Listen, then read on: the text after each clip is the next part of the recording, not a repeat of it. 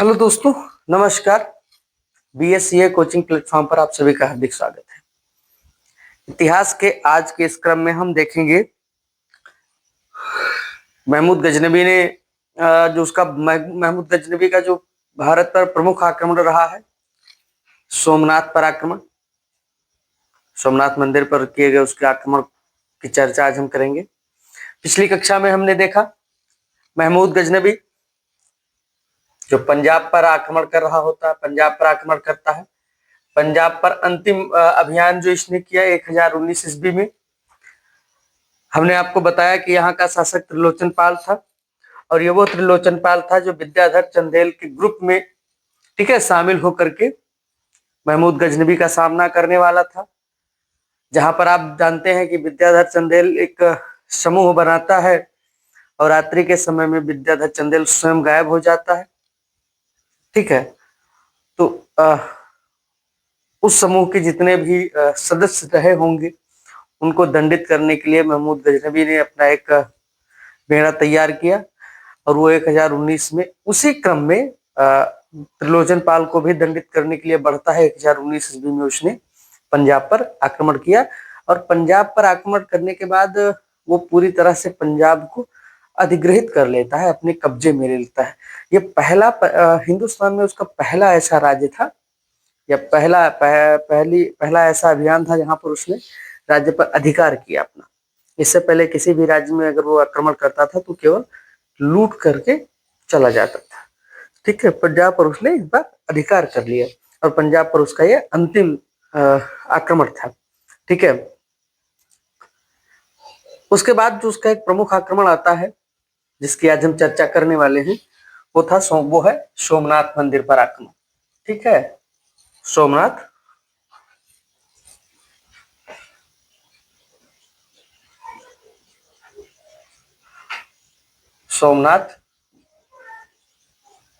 मंदिर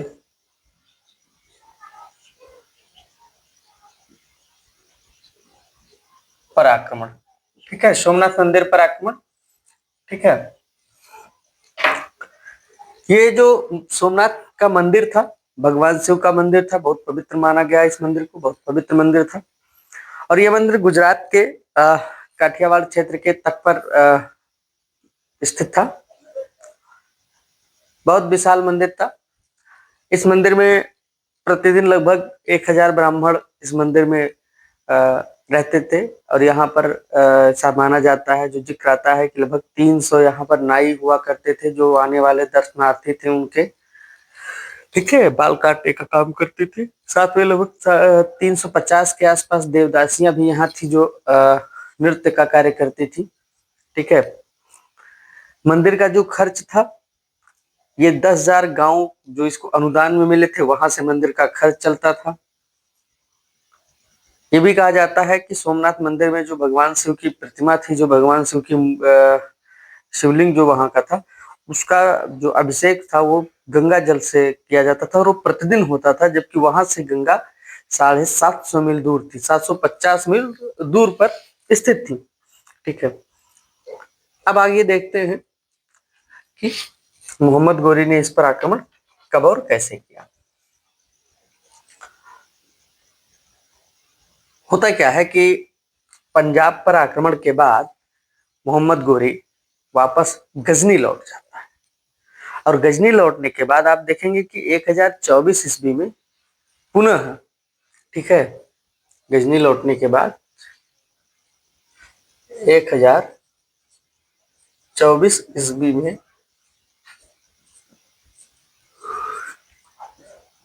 पुनः भारत की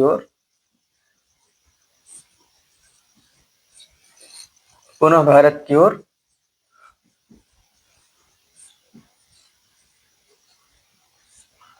कूच करता है। इस बार जब ये भारत की ओर कूच करता है तो इसकी निगाहें जो होती हैं ये सोमनाथ मंदिर पर होती हैं, क्योंकि सोमनाथ मंदिर हमने अभी बताया कि ये गुजरात के क्षेत्र में भगवान शिव का सबसे बड़ा मंदिर था, विशाल मंदिर था। ठीक है, और वैसे भी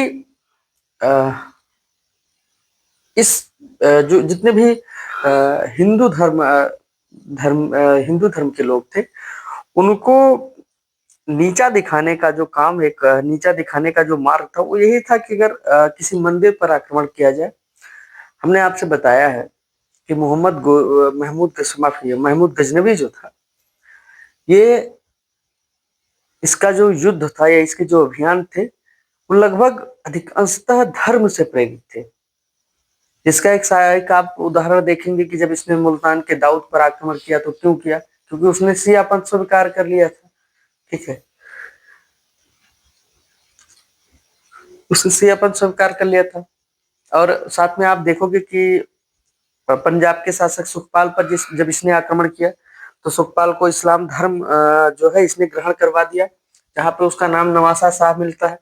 लेकिन जब उसने इस्लाम त्याग दिया तो इसने पुनः उस पर आक्रमण कर दिया। तो कहीं ना कहीं हम ये कह सकते हैं कि जो महमूद गजनवी के अभियान थे, वो धर्म से अधिक प्रेरित थे। और उस चीज का इसे एक फायदा मिलने वाला है, क्योंकि अभी एक राज्य पर आक्रमण करना एक राजनीतिक उद्देश्य हो सकता है, लेकिन अब जब किसी मंदिर पर आक्रमण करना सीधा सीधा धार्मिक उद्देश्य जाता है। महमूद गजनवी आता है पर 1024 ईस्वी में भारत की तरफ, इसे फिर सोमनाथ मंदिर की तरफ दिखा, इसकी निगाहें जाती हैं। ठीक है, मुल्तान से होकर के सीधा सिंध के रेगिस्तान को पार करके अजमेर की तरफ पहुंचता है। अजमेर की जो उस समय चूंकि चौहानों की राजधानी नहीं थी अजमेर, उस अजमेर चौहानों की राजधानी उस समय सांभर थी। अजमेर बाद में चौहानों की राजधानी बनी। सांभर से सीधा गुजरात के जो अनिल वाड शासक थे उनके राज्य में पहुंचता है, वहां पे भी ये युद्ध करता है। उसके बाद वहां से 1025 ईस्वी में 1025 ईस्वी में महमूद गजनवी ने सोमनाथ पर आक्रमण कर दिया।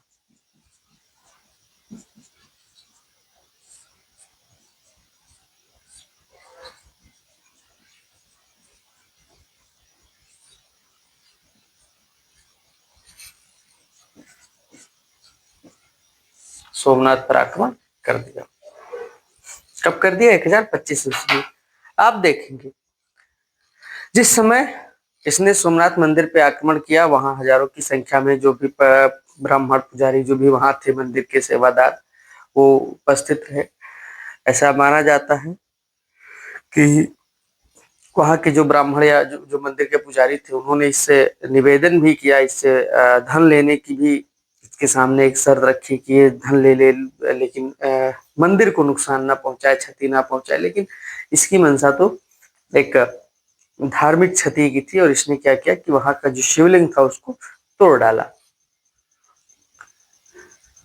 उसके बाद उस टूटे हुए शिवलिंग को इसने गजनी, मक्का और मदीना जैसे स्थानों पर, वहां की जो मस्जिदें थी, वहां पे जो मुख्य द्वार थे, मुख्य द्वार की सीढ़ियों पे लगवा दिया। ठीक है, इस चीज को हम थोड़ा हाईलाइट में लिखेंगे। मंदिर के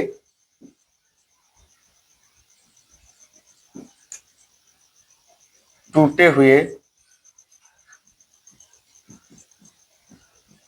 शिवलिंग के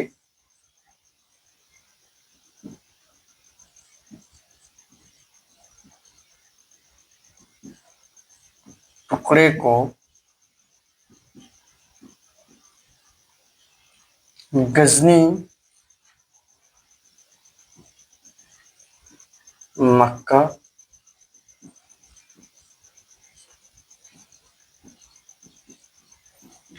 और मदीना के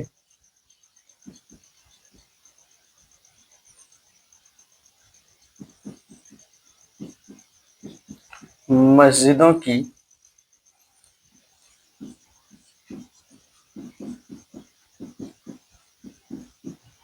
सीढ़ियों में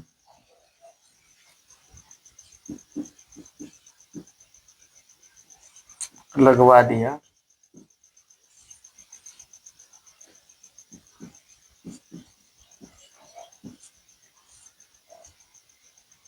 जिससे कि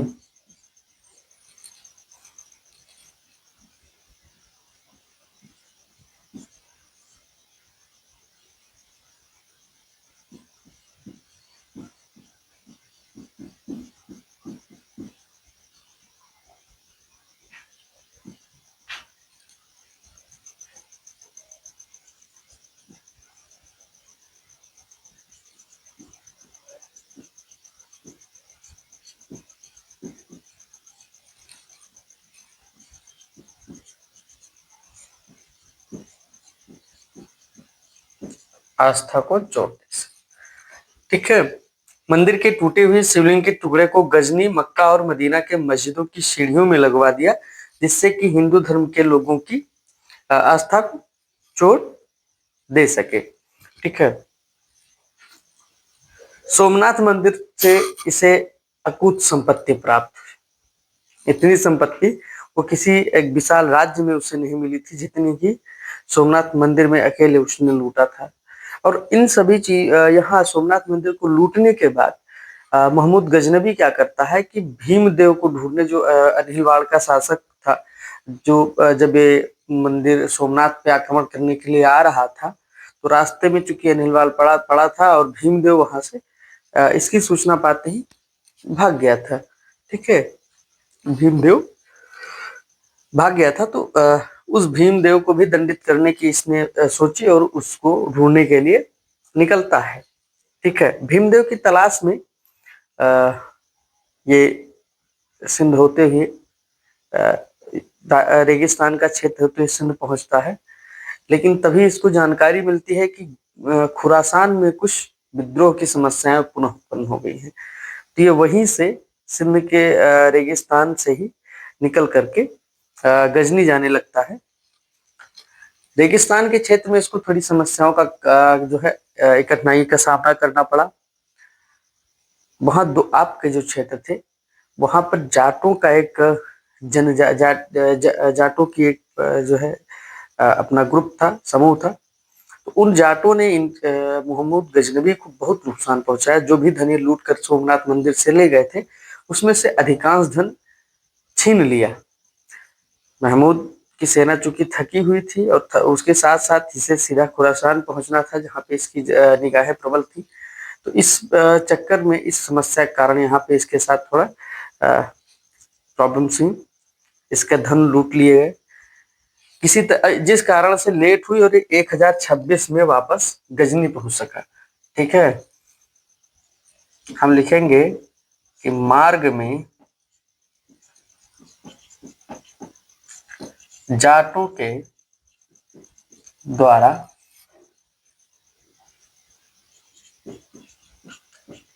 उत्पन्न बाधा के कारण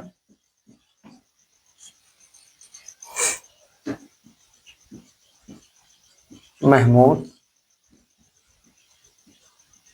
1026 ईस्वी में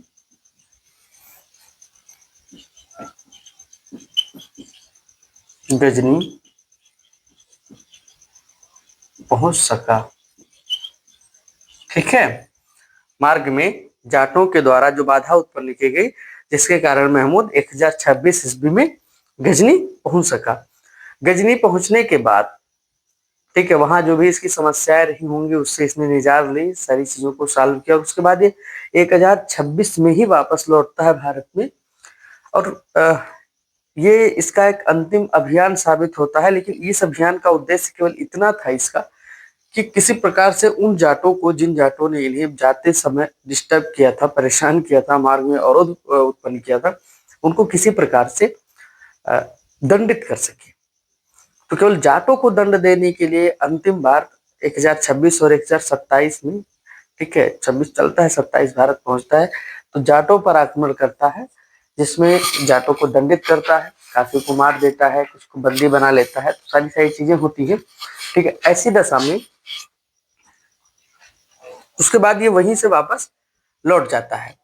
ठीक है। गजनी की तरफ लौट जाता है और महमूद गजनबी का ये अंतिम अभियान साबित होता है, क्योंकि 1026 ईस्वी में भारत पे आक्रमण करता है, 27 26 27 में, और 1030 ईस्वी में, अप्रैल 1030 में इसकी मृत्यु हो जाती है। ठीक है, तो 62 वर्ष की उम्र में इसकी मृत्यु हो जाती है। इसका मतलब कि जाटों पर इसने जो आक्रमण किया वो इसका अंतिम अभियान था। अब आप देखेंगे, ठीक है, यहाँ पे आप पहले लिख लीजिए, यहीं पे ऊपर लिखते हैं हम।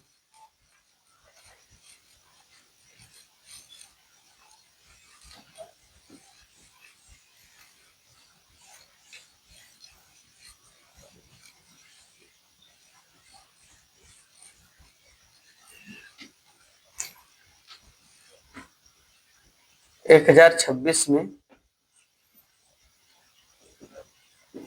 महमूद गजनवी ने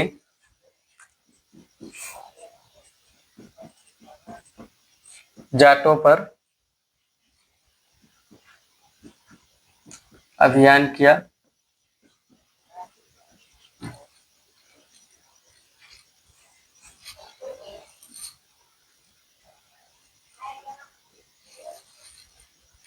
ठीक है, 1026 में महमूद गजनवी ने जाटों पे अभियान किया, सैन्य अभियान किया, जो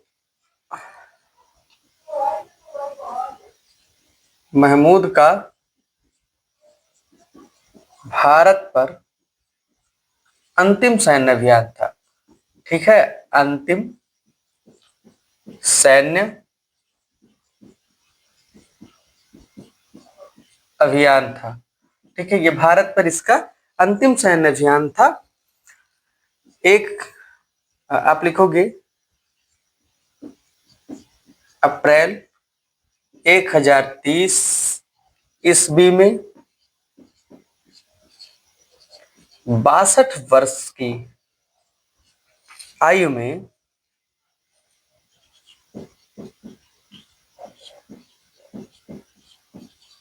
इसकी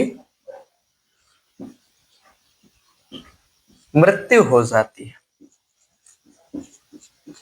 इसकी मृत्यु हो जाती है। ठीक है, तो इस प्रकार से आप देखते हैं कि महमूद गजनवी, हमने शुरुआत में ही बताया था, हेनरी इलियट ने इस बात की पुष्टि की है कि लगभग 17 बार आक्रमण किए इसने, और अधिक भी किए, लेकिन 17 बार का कुछ जो है साक्ष्य स्पष्ट होता है।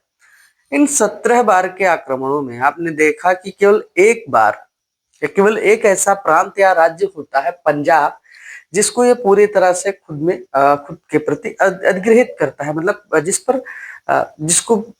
जिस पे अपनी सत्ता स्थापित करता है। बाकी यहाँ पे जितने भी राज्य रहे हैं वहां पे आक्रमण किया, लूटा, धन इकट्ठा हुआ और लेकर के गजनी चला गया, फिर गजनी से आया, फिर लूटा और फिर गजनी चला गया। इसका यही क्रम बना रहा, आना जाना। ठीक है, तो ऐसी दशा में हम ये कह सकते हैं कि महमूद गजनवी एक शासक ना होकर के एक लुटेरा था। ठीक है, आज आपने देखा कि इसके जितने भी सैन्य अभियान थे, ठीक है, वो सारे क्लियर हो चुके हैं आपको। अब अगली कक्षा में हम महमूद गजनवी के प्रभाव पर, इसके आक्रमण से भारत पे क्या प्रभाव पड़ा और भारत में आक्रमण करने से महमूद पर क्या प्रभाव पड़ा, इन सभी को देखेंगे और इसके आक्रमण के समय भारत की कुछ दशा का विचार करेंगे, बात करेंगे उस पर। ठीक है, और इसके बाद हम मोहम्मद गोरी को पढ़ेंगे। ठीक है, तो आज की क्लास में बस इतना ही। आगे आप लोगों को जहां भी प्रॉब्लम रही हो, जो भी चीजें डाउटफुल रही हो, उनको आप पूछिए, कमेंट बॉक्स में डालिए, क्लास को शेयर करते रहिए और चैनल को जो सब्सक्राइब करिए। आप लोग जहां भी दिक्कत हो वहां पूछिए। ठीक है, तो आज की क्लास में इतना ही। धन्यवाद, नमस्कार।